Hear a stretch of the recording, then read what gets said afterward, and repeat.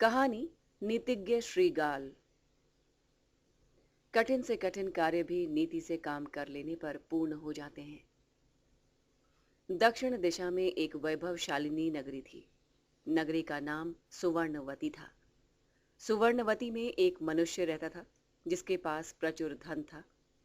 यद्यपि उस मनुष्य के पास प्रचुर धन था, फिर भी उसके मन में सदा धन की प्यास बनी रहती थी।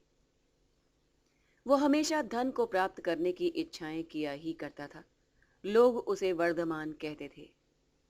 प्रातः का समय था, सूर्योदय हो रहा था। वर्धमान अपने नंदक और संजीवक नामक बैलों को गाड़ी में जोतकर व्यापार करने के लिए कश्मीर की ओर चल पड़ा। उसने अपनी बैलगाड़ी पर तरह तरह का सामान लाद रखा था।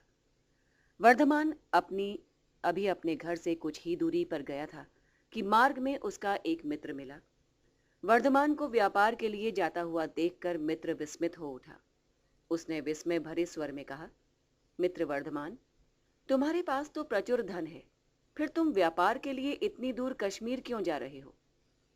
वर्धमान ने उत्तर दिया, मित्र, जिस तरह पानी सूखता है उसी तरह धन भी कम होता जाता है। धन कितना ही अधिक क्यों न हो, मनुष्य को उसकी प्राप्ति के लिए प्रयत्न करते रहना चाहिए। जो लोग अधिक धन होने पर हाथ रखकर बैठ जाते हैं, उन्हें कष्टों का भागी होना पड़ता है। बात तर्क संगत थी, अतः मित्र मौन हो गया। वर्धमान गाड़ी को लेकर आगे निकल गया। वर्धमान जब दुर्ग नामक वन में पहुंचा तो संजीवक ने आगे बढ़ने से जवाब दे दिया। वो थक कर ठोकर खाकर गिर पड़ा। वर्धमान अब करे तो क्या करे? उसने संजीवक को उठाने का बड़ा प्रयत्न किया, किंतु वो उठ नहीं सका। वर्धमान विवश होकर पास के नगर में गया और एक दूसरा बैल खरीद लाया। वर्धमान ने दूसरे बैल को जोतकर अपना रास्ता लिया। संजीवक वहीं पड़ा रहा, धरती पर गिरा हुआ पड़ा रहा। 2-4 दिनों के पश्चात संजीवक में उठने की शक्ति उत्पन्न हुई। वो उठकर चलने फिरने लगा। वन की हरी भरी घासों और हरे हरे पौधों के पत्तों को खाने के कारण वो बलिष्ठ हो गया। शरीर से हृष्ट पुष्ट हो गया। इतना हृष्ट पुष्ट हो गया कि जब हुंकारता था तो आकाश भी गूंज उठता था। उसी वन में एक सिंह भी निवास करता था। सिंह का नाम पिंगलक था। वो वन का राजा था। उसने गीदड़ मंत्री के 2 पुत्र थे, दमनक और करकट। मंत्री तो मर गया था, किंतु उसके दोनों पुत्र राजा की सेवा में रहा करते थे। दोपहर का समय था। सूर्य आग के गोले की तरह जल रहा था। पिंगलक को प्यास लगी। वो पानी पीने के लिए नदी के तट पर गया। उसी समय उसे किसी की आकाश को कंपा देने वाली हुंकार सुनाई पड़ी। उस हुंकार को सुनकर पिंगलक इतना भयभीत हो उठा कि पानी पीना भी भूल गया। वो डर कर अपनी गुफा में भाग गया। वो हुंकार किसी और की नहीं, उस संजीवक की ही थी, जो उन्मत्त होकर वन में इधर से उधर विचरण किया करता था। संजीवक के स्वर को सुनकर पिंगलक इतना भयभीत हो गया था कि उसका चेहरा तक पीला पड़ गया। वो दिन रात चिंतित रहा करता था। मन ही मन सोचा करता था, अब उसे इस वन को छोड़ देना चाहिए, क्योंकि इस वन में उससे भी अधिक बलवान कोई दूसरा पशु आ गया है। न जाने कब वो उस पर आक्रमण करके उसे मार डाले। दमनक और करकट दोनों पिंगलक के भय से पीले मुख को देखा करते। वे देखा करते थे कि उनका राजा आजकल खाना पीना छोड़कर दिन रात चिंताओं में आग्रस्त रहता है। करकट तो मौन ही रहता था, पर पिंगलक की चिंताएं दमनक के हृदय में तूफान उत्पन्न किया करती थी। एक दिन दमनक ने करकट से कहा, आजकल हमारे राजा अधिक चिंतित रहा करते हैं। उनका मुख भी दिनों दिन पीला पड़ता जा रहा है। न जाने कौन सा ऐसा दुख है जो उन्हें जलाता रहता है। हमें उनके पास चलकर उनसे उनके दुख को पूछना चाहिए। करकट बोला, राजा के दुख से हमें क्या मतलब? वे दुखी रहें या सुखी, हम तो सदा सेवक ही रहेंगे। हमें अपने काम से काम रखना चाहिए। व्यर्थ की बातों में पड़ने से दुख को छोड़कर और कुछ नहीं प्राप्त होता। करकट की बात को सुनकर दमनक ने कहा, नहीं, ये अनुचित है। अपना स्वामी जब कष्ट में पड़े तो सेवक को उसका हालचाल पूछना ही चाहिए। जो सेवक कष्ट में पड़े हुए स्वामी का साथ नहीं देता, उसे नर्क के दुखों का भागी बनना पड़ता है। यद्यपि करकट का मन नहीं था, फिर भी दमनक पिंगलक का हाल जानने के लिए उसकी सेवा में उपस्थित हुआ। उसके साथ करकट भी था। जिस समय दमनक पिंगलक की सेवा में उपस्थित हुआ, उसके पास वन के और भी बहुत प्राणी बैठे थे। दमनक ने पिंगलक के पास जाकर उसे श्रद्धापूर्वक प्रणाम किया। पिंगलक उसे देखकर बड़ा प्रसन्न हुआ। हर्ष भरे स्वर में बोला, मंत्रीपुत्र, तुम तो बहुत दिनों के पश्चात आए हो। मैं तो तुम्हें बराबर स्मरण करता रहा। दमनक पिंगलक के प्रति कृतज्ञता प्रकट करता हुआ बोला, महाराज, ये तो आपकी कृपा है। मैं आपसे एकांत में कुछ बात करना चाहता हूं। पिंगलक ने सभी जानवरों को विदा कर दिया। जब सभी जानवर चले गए तो दमनक बोला, महाराज, आप आजकल अधिक चिंतित क्यों रहते हैं? मैं देखता हूं आपका मुख भी अधिक पीला पड़ता जा रहा है। क्या आप मुझे कारण बता सकते हैं? पहले तो पिंगलक ने बताने में आनाकानी की, किंतु जब दमनक ने अधिक जोर दिया तो उसने बताया कि वो एक दिन किस तरह नदी के किनारे पानी पीने गया था और किस तरह उसे एक पशु की हुंकार सुनाई पड़ी। वो उसी हुंकार को सुनकर भयभीत हो उठा और सोच रहा है कि इस वन को छोड़कर किसी दूसरे वन में चला जाए। दमनक ने पिंगलक को ढांढस बंधाते हुए कहा, महाराज, केवल आवाज को सुनकर भयभीत नहीं हो जाना चाहिए। जब तक आप उस पशु को अपनी आंखों से देख न लें, तब तक ये नहीं सोच लेना चाहिए कि वो आपसे अधिक बलवान होगा। दमनक की बात पिंगलक की समझ में आ गई। वो बोला, हाँ, कहते तो तुम ठीक हो, किंतु मैं उस पशु को देखूं तो किस प्रकार देखूं? मेरा तो उसके सामने जाने का साहस भी नहीं होता। दमनक सोचता हुआ बोला, महाराज, आप क्यों उसके सामने जाएंगे? मैं आपको वचन देता हूं, 2-4 दिनों में उसे आपके सामने लाकर खड़ा कर दूंगा और उसे ऐसा बना दूंगा कि वो आपको झुक झुक कर प्रणाम करेगा। पिंगलक बड़ा प्रसन्न हुआ। उसने कहा, यदि तुम ऐसा कर दो तो मैं तुम्हें अपना प्रधानमंत्री बना लूंगा। दमनक पिंगलक को प्रणाम करके वन की ओर चल पड़ा। उसके साथ करकट भी था। मार्ग में करकट ने दमनक से कहा, भाई दमनक, तुमने ये काम अच्छा नहीं किया। अभी तो पिंगलक भयभीत है। भयभीत होने के कारण हमारे साथ सज्जनता का बर्ताव करता है, किंतु जब उसके मन का भय दूर हो जाएगा तो वो उद्दंड बन जाएगा। यदि स्वामी को अपनी मुट्ठी में रखना है तो उसे भय से मुक्त नहीं करना चाहिए। दमनक सोचता हुआ बोला, बात तो तुम सही कहते हो, किंतु जब मैं उस पशु को पिंगलक के सामने ले जाऊंगा तो क्या ये नहीं हो सकता कि वो हम पर प्रसन्न हो उठेगा और प्रसन्न होकर हम पर अपनी कृपा की वर्षा करेगा? उसने स्वयं कहा है वो हमें प्रधानमंत्री बना देगा। अपना काम निकालने के लिए स्वामी को प्रसन्न करना ही चाहिए।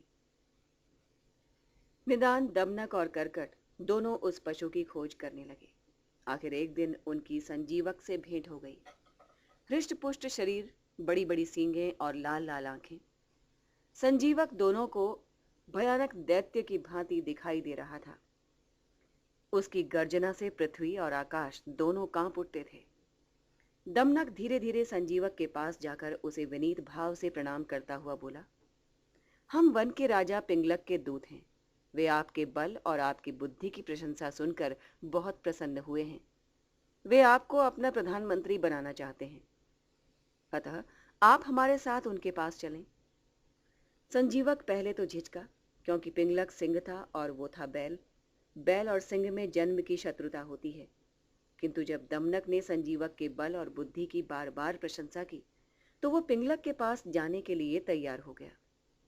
पिंगलक और संजीवक दोनों मन ही मन एक दूसरे से डरते थे। दोनों के मन की स्थिति को दमनक अच्छी तरह समझता था। वो बड़ा नीति कुशल था। वो दोनों को अपनी नीति के जाल में फंसाकर अपने स्वार्थ का साधन करना चाहता था। दमनक संजीवक को साथ लेकर पिंगलक की सेवा में उपस्थित हुआ। उसने पिंगलक से संजीवक का परिचय कराते हुए कहा, महाराज, इनका नाम संजीवक है। ये बल और बुद्धि के भंडार हैं। आपको आदर पूर्वक प्रणाम कर रहे हैं। संजीवक ने अपना मस्तक झुका दिया। पिंगलक के हृदय में प्रसन्नता उमड़ पड़ी। जिस संजीवक के शब्द को सुनकर उसका मुखमंडल पीला पड़ गया था, वही आज नम्रता पूर्वक उसे प्रणाम कर रहा था। पिंगलक ने प्रसन्न होकर दमनक को प्रधानमंत्री के पद पर प्रतिष्ठित कर दिया।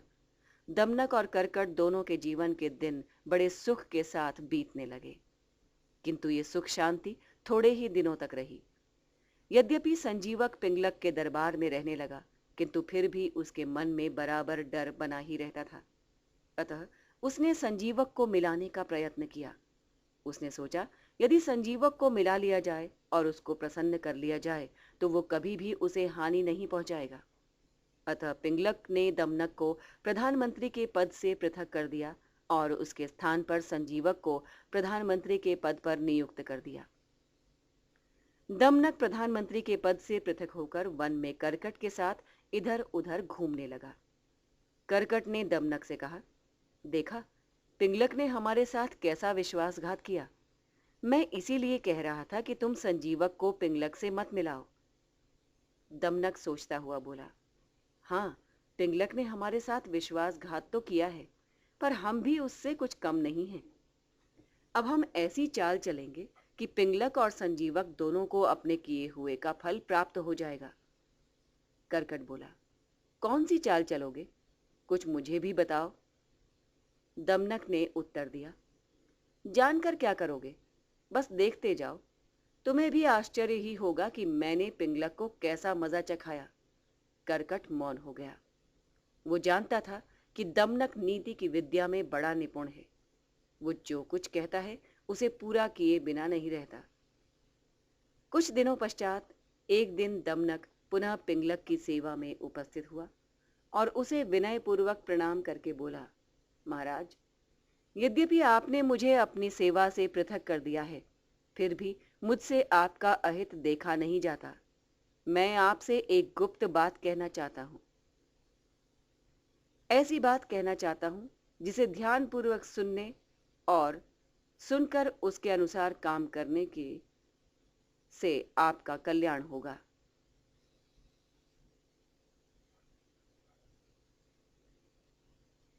पिंगलक ने दमनक की ओर देखते हुए कहा, ऐसी कौन सी गुप्त बात है जिसे तुम कहना चाहते हो?